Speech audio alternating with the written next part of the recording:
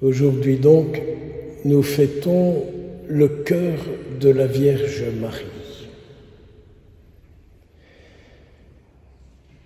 Pour comprendre le cœur de la Vierge Marie, il nous faut comprendre sa disponibilité à Dieu. Quand on est disponible à Dieu, on aime tous ceux que Dieu aime. Et quand on est disponible à Dieu, on a l'amour de Dieu en soi pour tous ceux, toutes celles que l'on fréquente et que l'on rencontre. Regardez un peu. La Sainte Vierge vivait dans un monde difficile, pareil à celui dans lequel nous vivons, vous et moi, aujourd'hui. Et le messager de Dieu lui dit « Ce dont le monde a besoin, c'est du Fils de Dieu. » Mes frères, mes sœurs, n'est-ce pas encore juste aujourd'hui? N'êtes-vous pas, vous aussi, prêts à dire au Seigneur « Ce que le monde a besoin, c'est de Jésus, c'est du Sauveur. » Et si vous dites ça de tout votre cœur, vous serez de plus en plus liés au cœur de la Vierge Marie. Et nous aurons alors, les uns pour les autres, le même amour. L'amour de la Vierge Marie, c'est un amour sans rancune. C'est un amour juste. C'est un amour qui ne juge pas. Moi, j'aurais tendance à juger. J'aurais tendance à dire, celui-là, celle-là, j'ai pas envie de l'aimer. Dans le cœur de la Vierge Marie, vous ne trouverez jamais ça. Jamais ça. Jamais ça. Nous voulons être unis à son cœur, aimés comme elle, pour que l'on puisse dire dans le monde, cet homme, cette femme, ce religieux, ce prêtre, est vraiment un fils, une fille de Marie. Alors regardez le cœur de la Vierge Marie. Regardez-la au lendemain de la mort de Jésus. Elle n'en a pas voulu à aucun des disciples. Elle n'en a voulu à personne, que du contraire, elle a prié pour eux. Elle a prié pour eux afin que leur cœur soit débarrassé de tout ce qui n'était pas de Jésus dans leur cœur. J'en suis convaincu. Aujourd'hui encore, la Sainte Vierge, elle prie pour vous, elle prie pour moi, afin que mon cœur soit guéri, que mon cœur soit délivré de tout ce qui n'est pas de Jésus dedans. N'ayons pas honte de reconnaître qu'il y a dans nos cœurs beaucoup de choses qui n'ont rien à voir avec Jésus et qui sont souvent la source de nos souffrances, la source de nos douleurs, la source de nos peines. Car quand je vis de ce qu'il y a dans mon cœur qui n'est pas de Jésus-Christ, souvent je souffre.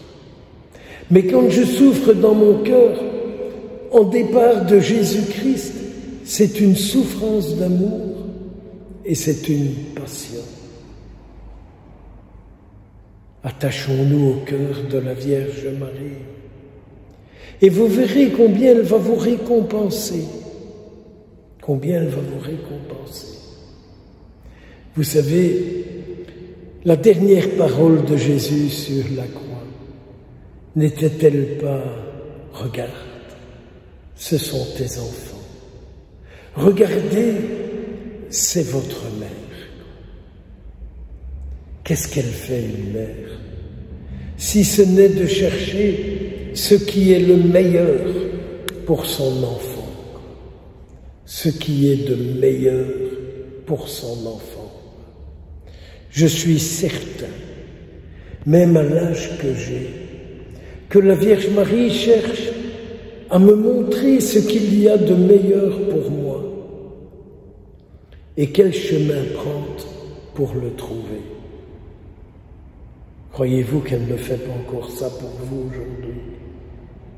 Et quand nous lui confions tous ceux, toutes celles que nous portons en nous et qui nous posent souci, elle ne vient pas alimenter de la rage en nous. Au contraire, elle vient mettre sa paix sous ton voile de tendresse.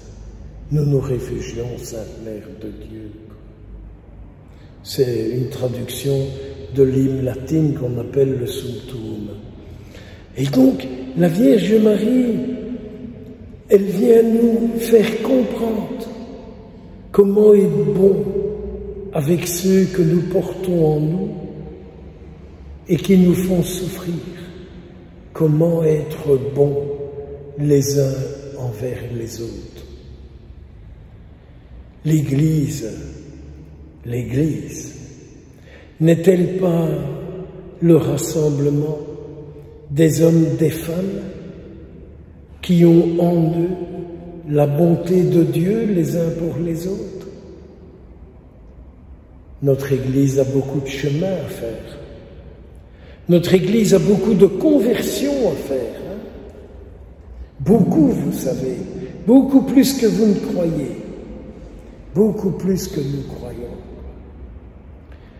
La Vierge Marie, c'est encore celle qui sait ce que c'est que d'avoir des angoisses, que d'avoir des peurs, que d'avoir des douleurs. Nous venons l'entendre dans cette page d'Évangile qui est liée à sa fête d'aujourd'hui. Ils ont cherché. Et quand ils l'ont retrouvé, au lieu de lui dire « Comme on est content de te retrouver », elle lui dit « Regarde l'inquiétude de ton père, regarde mon inquiétude, parce qu'on t'avait perdu. » Sous-entendu, tu es ce qui est le plus cher à mon cœur. Croyez-vous que vous et moi, et que tous ceux qui ne sont pas ici, et que tous ceux qui ne viennent jamais, elle ne cherche pas à les rencontrer? Croyez-vous qu'ils n'ont pas, qu'elle n'a pas pour eux le même amour? Regarde la place que tu as dans mon cœur. Je ne peux pas supporter de te perdre. Je ne peux pas supporter que tu t'éloignes de moi. Mes sœurs, mes frères, ne dit-elle pas cela à chacun de nous? Je ne peux pas supporter de te perdre. Et puis, surprise, Jésus est resté 3 jours au temple, au milieu des docteurs de la loi, et il les a questionnés. Et l'Évangile, dans une autre traduction, dit « On était étonné de son intelligence, on était étonné de ses questions. » Mais oui, leur Fils, le Fils de Dieu, le Fils de Marie, c'est l'intelligence de Dieu. Dans quelques minutes, dans une bonté extrême, Jésus viendra sur l'autel. Et dans cette bonté extrême que quand Jésus vient sur l'autel, il vient pour vous. Et quand nous communions à son corps de tout notre cœur, c'est Jésus, intelligence de Dieu, qui est en nous. Mes frères, mes sœurs, vivons du Christ, mais vivons par lui, avec lui et en lui. Nous le disons à chaque messe, il faut encore le vivre. Vivons par lui, avec lui et en lui. Attachons-nous au cœur de la Sainte Vierge. Et aujourd'hui, essayons du mieux que nous le pouvons d'être unis au cœur de la Vierge Marie.